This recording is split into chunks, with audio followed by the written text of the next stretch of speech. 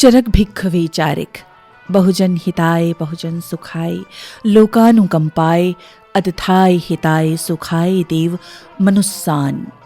भगवान बुद्ध की इस अमर वाणी के साथ आकाशवाणी रायपुर ग्रंथालय में संग्रहित लोक सांस्कृतिक धरोहरों पर केंद्रित कार्यक्रम छत्तीसगढ़ के लोक सुर के इस अंक में आप सभी सुधीजनों का हम अभिवादन करते हैं।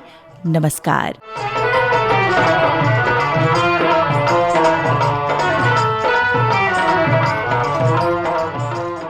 श्रोताओ, आज के अंक को हमने सजाया है छत्तीसगढ़ की प्रसिद्ध लोक गाथा पंडवानी से और साथ ही सुनेंगे बस्तर का भतरा नाट गीत।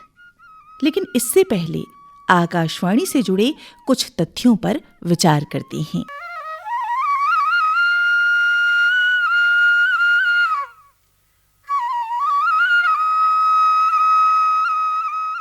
आकाशवाणी के प्रभाव का यशोगान करते हुए जनसंचार विशेषज्ञ डॉक्टर विल्वर श्रम लिखते हैं कि प्रभावी जनसंचार माध्यम देश के सामाजिक, आर्थिक और सांस्कृतिक विकास में महत्वपूर्ण भूमिका अदा करते हैं। अतएव मुक्त और समुचित सूचना उपलब्ध कराना मात्र ही जनसंचार माध्यमों का अंतिम ध्येय नहीं है, बल्कि इच्छित सामाजिक परिवर्तन अंतिम लक्ष्य है। वास्तव में यही विचारों की ताकत है। श्रोता साथियों, भारतीय उपमहाद्वीप का बेहद लोकप्रिय रेडियो चैनल है विविध भारती। इसका सुरुचिपूर्ण प्रसारण हमें समय के उस पार ले जाता है जहां स्मृतियां फिर से जी उठती हैं।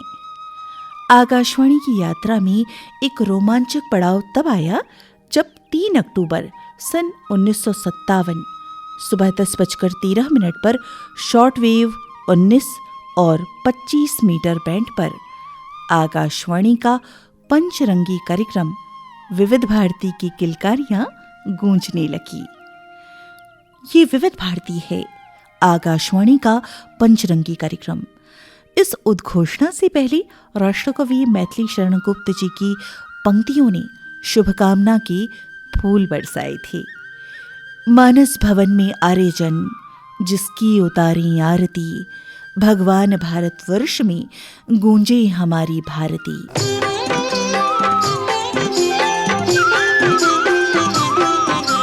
गाँव गाँव बस एक लहर, विविध भारती विविध भारती।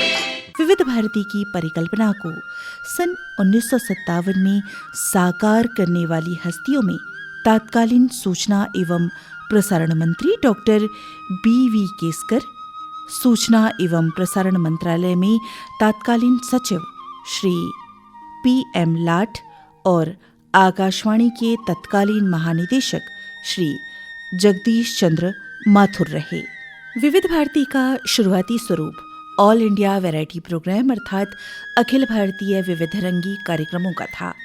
इस सेवा को विविध भारती नाम दिया कला एवं साहित्य मनीषी पंडित नरेंद्र शर्मा ने। विविध भारती की आवश्यकता क्यों पड़ी, इस विषय में विविध भारती के चीफ प्रोड्यूसर रहे पंडित नरेंद्र शर्मा जी कहते थे, हमारे इतने बड़े संस्थान में जिसको कि आकाशवाणी कहा जाता था, अनेक ऐसे कार्यक्रम थे जो कि ज्यादातर निष्णांत बुद्धिजीवी श्रोताओं के लिए थे। अधिक संख्या में अखिल भारतीय वो श्रोता हैं जिसे हम और किसी बहुत अच्छे शब्द के अभाव में कहेंगे सामान्य श्रोता, अंग्रेजी में कहें तो ले लिसनर। सामान्य श्रोताओं की जो आवश्यकताएं थीं उनमें विविधता भी होनी चाहिए और भारतीयता भी। इन 2 आवश्यकताओं की पूर्ति के लिए विविध भारती उपयुक्त सिद्ध हुआ और इस प्रकार प्रसारण आरंभ हुआ। श्रोताओं, आपकी जानकारी के लिए बता दें कि विविध भारती के मुंबई केंद्र से पहली उद्घोषणा की शील वर्मा ने। विविध भारती पर पहला प्रसार गीत मन्ना डे के स्वर में प्रसारित हुआ, नाच रे मयूरा। रचयिता थी पंडित नरेंद्र शर्मा और संगीतकार अनिल विश्वास।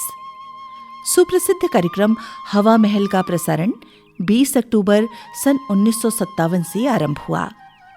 प्रथम प्रसारित हवा महल के लिए पंडित नरेंद्र शर्मा ने विशेष संगीत नाटिका तैयार की थी, महारास। और तब से अपने विविध कार्यक्रमों वंदनवार, लोक संगीत, गीतों भरी कहानी, उदयगान, इंद्रधनुष, रागरंग, मंजूषा, फौजी भाइयों का विशेष जयमाला जैसे कार्यक्रमों से आज भी देश की धड़कन बनी हुई है आकाशवाणी का पंचरंगी कार्यक्रम विविध भारती।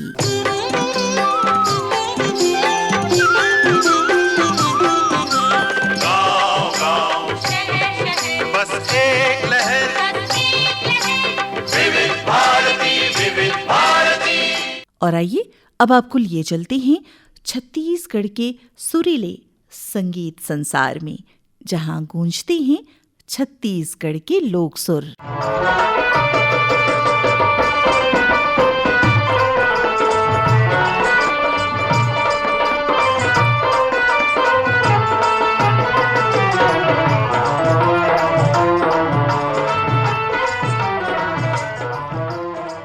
समय का पहिया कभी किसी के लिए रुका नहीं। आते हैं, चले जाते हैं, पर मनुष्य जीवन की कुछ ऐसी सच्चाइयां हैं जो कथा की शक्ल में शेष रह जाती हैं। पंडवानी महाभारत की ऐसी ही कथा का छत्तीसगढ़ी रूपांतरण है, जो आम छत्तीसगढ़ी लोगों की सहज सरल जीवन शैली से, उनके भोले भाले हृदय की धड़कनों से जुड़कर संगीत के अविराम स्रोत सा बहता रहता है। नाचा, कर्मा, ददरिया, सुआ, बांस गीत, चंदैनी, पंथी, कौरा, चमारा जैसे अनेक लोक विधाएं छत्तीसगढ़ की लोक सांस्कृतिक बगिया के महकते हुए फूल हैं। उनमें सर्वोपरि सुगंधित पुष्प का नाम है पंडवानी।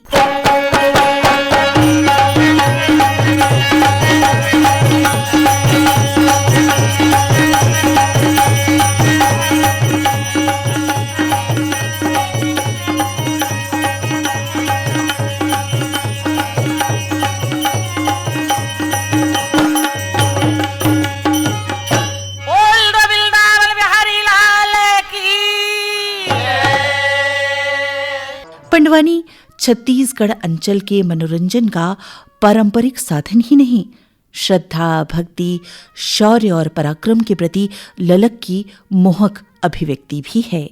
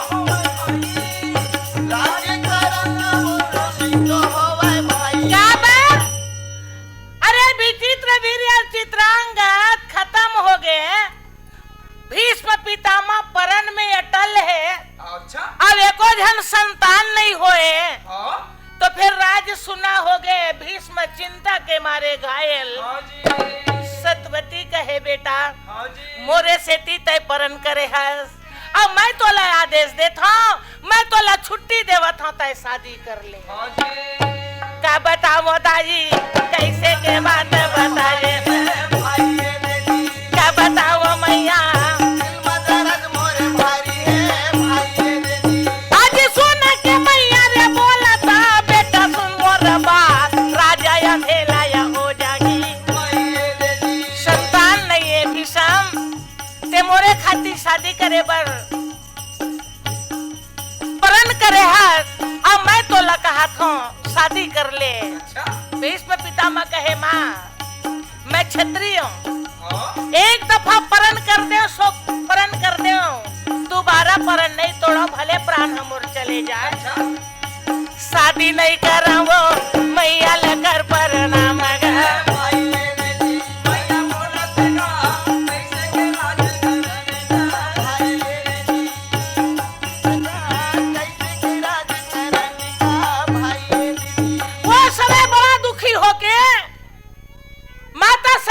घायल हो गए और भीष्म लकथेर भैया अब तक शादी नहीं करा था तो एक ठमोर कहना मान। अच्छा। व्यास नारायण ला जल्द से जल्द बुला के ये घर में ले आ। भीष्म पितामह चंचल 4 घोड़ा सजाई मारी घोड़ा ले चाबू तब घर भैया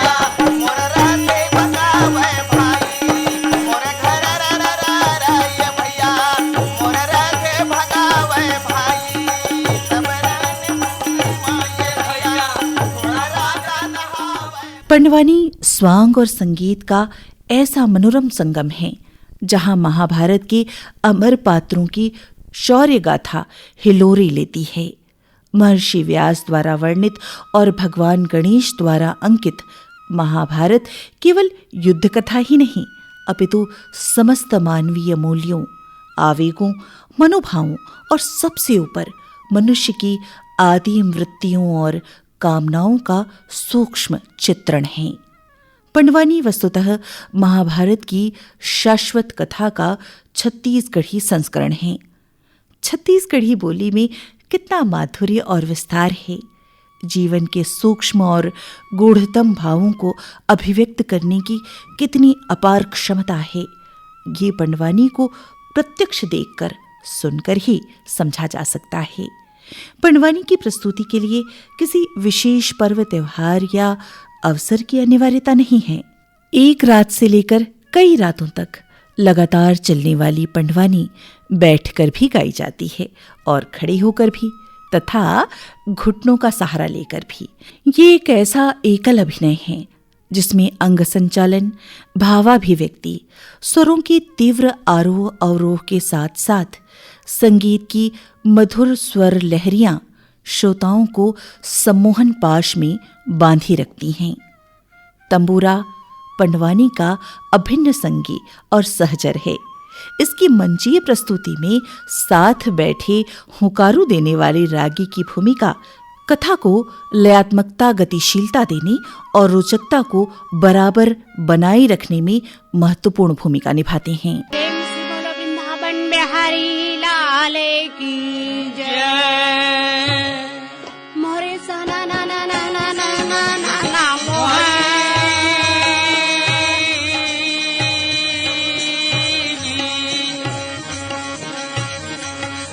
हरा बिना बजावा तो हरि गुने गावे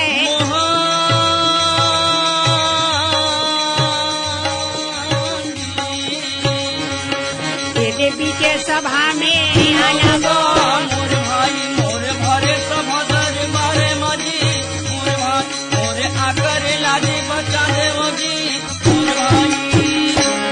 पांचों भाई पांडव सब भाई कहरा जुआ के खेल खेलीन और सारी धन संपत्ति हारे के बाद में पांचों भाई पांडव 12 साल वनवास, 1 साल अज्ञात वनवास भेज दी।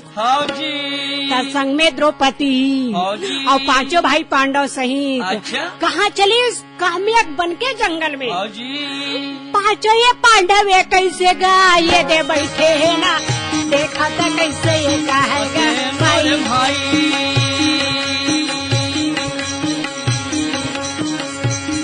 द्रौपदी ये कैसे गा ये दे मोला थे ना, कहना बचन बेटा मानव रे मोरे भाई। पांचों पांडव है ना दे बैठे ना, ये देखा था कैसे ये कहेगा ये दे कहेगा भाई मोरे पांचों ये पांडव जावत है ये दे बनमा जी ये दे बनमा गा भाई ये दे जी।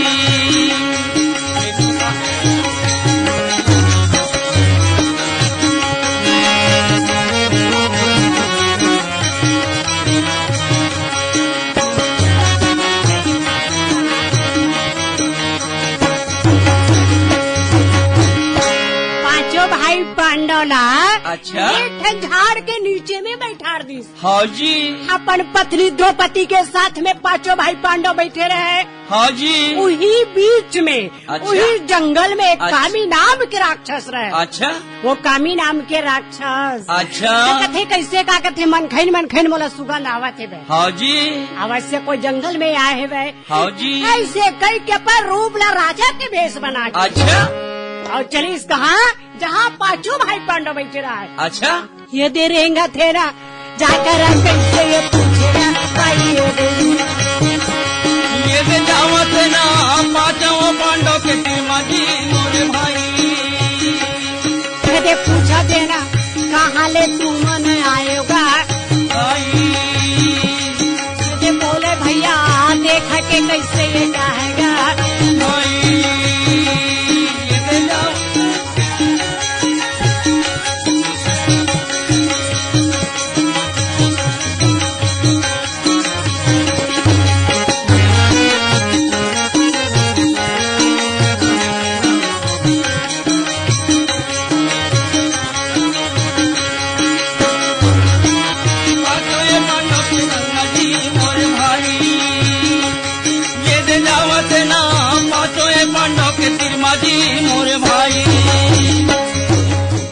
छत्तीसगढ़ी पंडवानी में गायन की दो शाखाएं प्रचलित हैं, कपालिक और वेदमती शैली। इन दोनों शैलियों में सबसे ज्यादा प्रचलित शैली है कपालिक, जो शास्त्रीय कथा को लोक रंग के नए परिधान देकर पूरे आत्मविश्वास के साथ हमारे सामने लाती है। इस शाखा के गायकों ने समयानुकूल लोक रुचि के वाद्ययंत्रों का समावेश कर इसे रुचिकर बनाया है और गायकी की नई आक्रामक शैली का आविष्कार किया है। पंडवानी की ये आकर्षक शैली गायन के साथ आंशिक नृत्य नाटक का भी आनंद देने में पूर्णतः सक्षम है। इस विधा में संगीत, भावाभिनय और कथा व्याख्या तीनों का अनुपातिक सम्मिश्रित सौंदर्य सचमुच सम्मोहन पाश में बांध लेता है श्रोताओं को। इस शैली की सबसे प्रख्यात कलाकार हैं विदुषी पद्म विभूषण तीजनबाई। पंडवानी की दूसरी शैली है वेदमती, जिसका अर्थ है शास्त्र पर आधारित कथा शैली, अर्थात महाभारत कथा पर आधारित शैली। छत्तीसगढ़ के पंडवानी लोक कलाकारों ने इसे छत्तीसगढ़ की सीमा से आगे राष्ट्रीय और अंतर्राष्ट्रीय मंचों में स्थापित किया है। इन प्रमुख कलाकारों में पंडवानी के पितामह स्वर्गीय झाड़ू राम जी देवांगन, पूना राम जी निषाद, पद्म विभूषण विदुषी तीजनबाई, ऋतु वर्मा, विदुषी उषाबाई बार्ले, शांतिबाई चेलक आदि प्रमुख हैं। रामे रामे रामे रामे रामे भैया, रामे रामे रामे रामे रामे लेके पत्र लाना लगे भैया, द्वारिका जाने अरे महाराजा अर्जुन लिख करके पत्रिका द्वारिका में भेजते। द्वारिका में लिखे ऋषनाथ अभिमन्यु के ब्याह हम किना मैं अभिमन्यु के शादी करना चाहता हूँ। राजा विराट अपन कन्याला सुपुर्द करे। अरे कृपा सिंधु यदुनाथ तुम पांडव केरी प्रणाम। अरे सिर धर तो ही स्तुति करहु अहोई सिद्ध मम काम। अजी हरि नाम सुमर सुख धाम जगत में जीवन दो दिन धाम। हरि नाम सुमर सुख धाम जगत में जीवन दो दिन धाम। हरि नाम सुमर सुख धाम जगत में जीवन दो दिन धाम। अर्जुन के पत्रिका पढ़ करके भगवान प्रसन्न हो जाते हैं। अर्जुन लिखे से जय मधुसूदन कुंज बिहारी, जय जय जय गोवर्धन धारी। भगत हेत नरतन तुम धरे हो, नाना चरित्र यवनी बीच करे हो। अभिमन्यु के ब्याह हम कीन्हा, आए सादर यो दर्श मोहि दीन्हा। वो लिख करके पत्रिका भेजी। अभिमन्यु लायो सुभद्रा ला भगवान हा दुनो झल्ला विदा कर दी। अरे क्या चली झुंड के झुंड सकल ब्रज नारी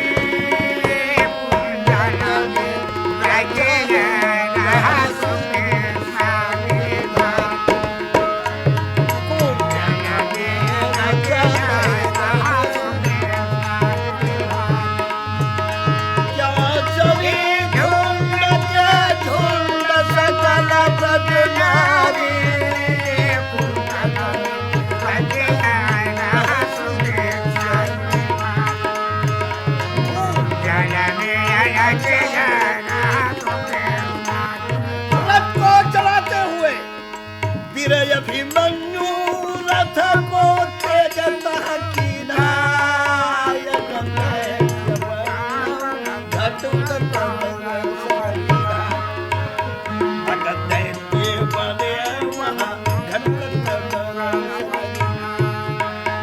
अगति नो मिला कर एक संग में सिधाई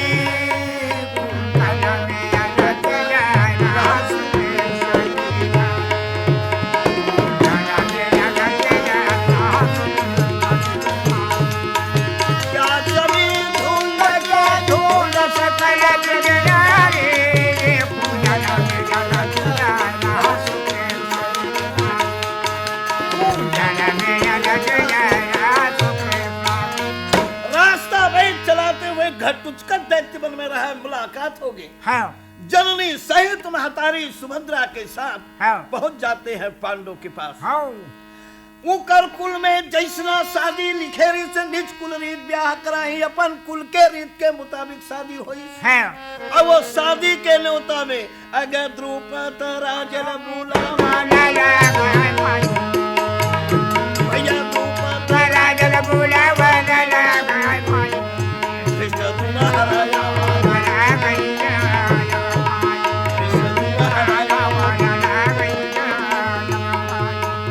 राजा द्रुपद, धृष्टद्युम्न, हाँ। शिखंडी, हाँ। राजा विराट, हाँ।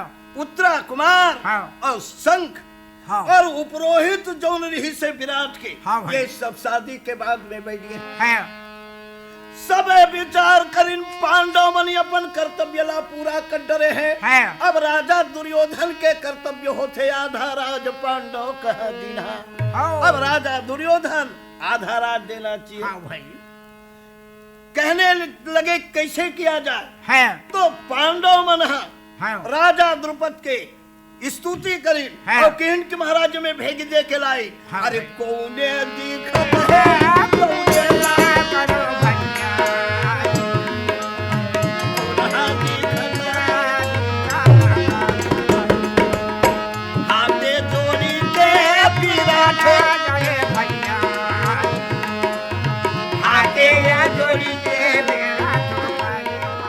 और आइए अब चलते हैं बस्तर के मनमोहक लोक भावन वादियों में, जहां गूंजती है हल्बी, गोंडी, भतरी जैसे बोलियों में लोक स्वर लहरियां।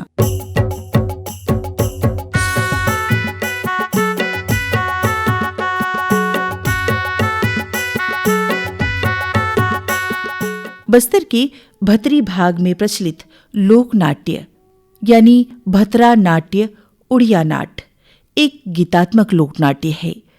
पौराणिक आख्यानों पर आधारित इस विधा में पात्र गा गा कर और नाच नाच कर संवाद प्रस्तुत करते हैं। आइए सुनते हैं ये भतरा नाट। अनादिया ब्रह्महरि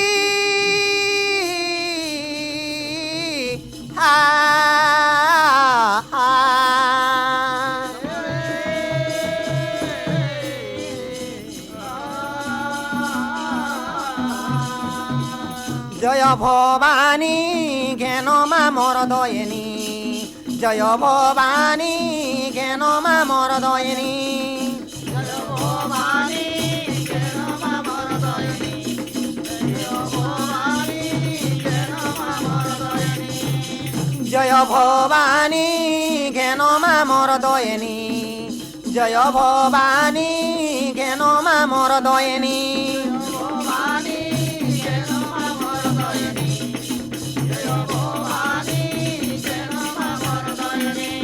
আমার বরি গাঁও देवी देवता नाम पदे पदे कही देवी मन देई सुन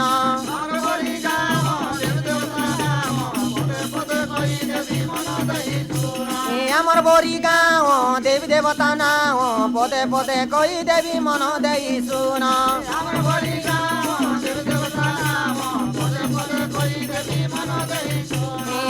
জলনী পরদেশী ন বুড়ি মাতা ঠাকুরানী জয় ভবানী জ্ঞান মা মর দয়নী জয় ভবানী জ্ঞান মা মর দয়নী জয় ভবানী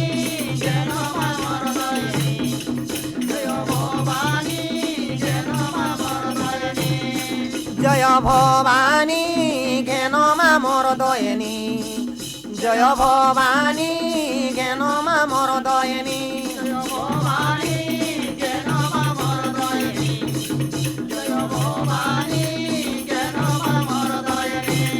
বনবাস যাও বাপা তুই রে তুম কর্মে লেখুতিলা বীরে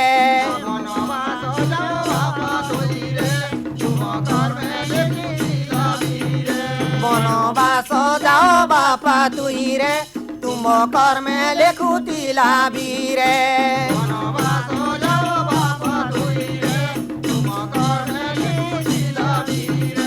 বিধাতা লেখন বাপা কি করিবি মুই রে বনবাস যাও বাপা তুই রে তুম কর্মে লেখুতিলা বীরে